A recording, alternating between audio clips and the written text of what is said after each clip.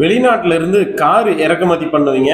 அந்த காருக்கான வரிய சட்டத்தின் அடிப்படையில கட்ட சொன்னா அதையும் கட்டாம ஏமாத்துவீங்க.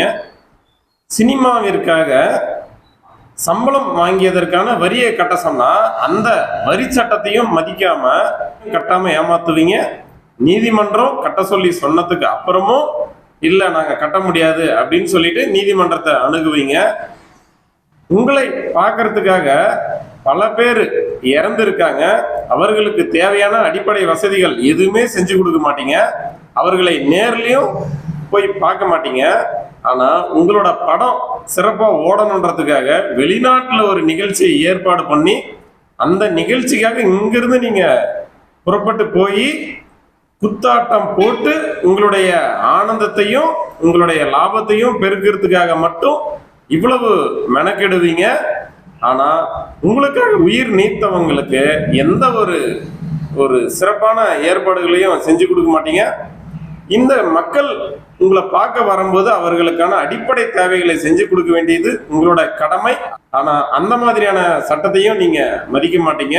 நீங்க யாரு கூட வேணாலும் போறது உங்களோட தனிப்பட்ட விருப்பமா இருக்கலாம்.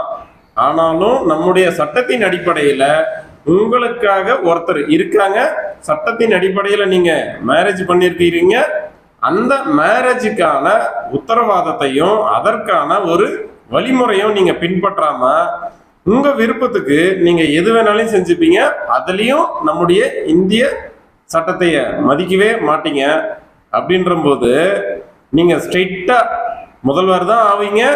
முதல்வர் ஆன உடனே எங்களை போன்ற மக்களுக்கு இருக்கக்கூடிய அனைத்து கஷ்டங்களையும் நீங்க சிறப்பான முறையில தீர்த்து வச்சிருவீங்க. இதை நம்பக்கூடிய நாங்கள் எவ்வளவு சிறந்த அறிவாளிகளா இருப்போன்றத இந்த மக்கள் புரிஞ்சுக்கணும். அவருடைய வாழ்வியல் இருந்து நம்ம விழிப்போடு தெரிஞ்சு நடந்துக்கணும். ஏன்னா அவர் செய்யக்கூடிய எந்த விஷயங்களையும் நம்முடைய சட்ட வழிமுறைப்படி இதுவரைக்கும் அவர் செஞ்சதே கிடையாது. எல்லாமே சுயநல நோக்கோடு தனிநபர் வாழ்க்கையில அவருக்கு தேவையான ஒரு சொகுசு வாழ்க்கையை நோக்கி மட்டுமே வெறும் சினிமா வசனங்களை மட்டுமே பேசி வரார் அப்படின்றது தான் நம்முடைய புரிதலா இருக்குது. இதை ரசிகர்கள் அனைவரும் புரிந்து கொண்டு எது தேவையற்றது என்பதை விழிப்போடு இருந்து அகற்ற வேண்டியது ரசிகர்களுடைய மக்களுடைய கடமை.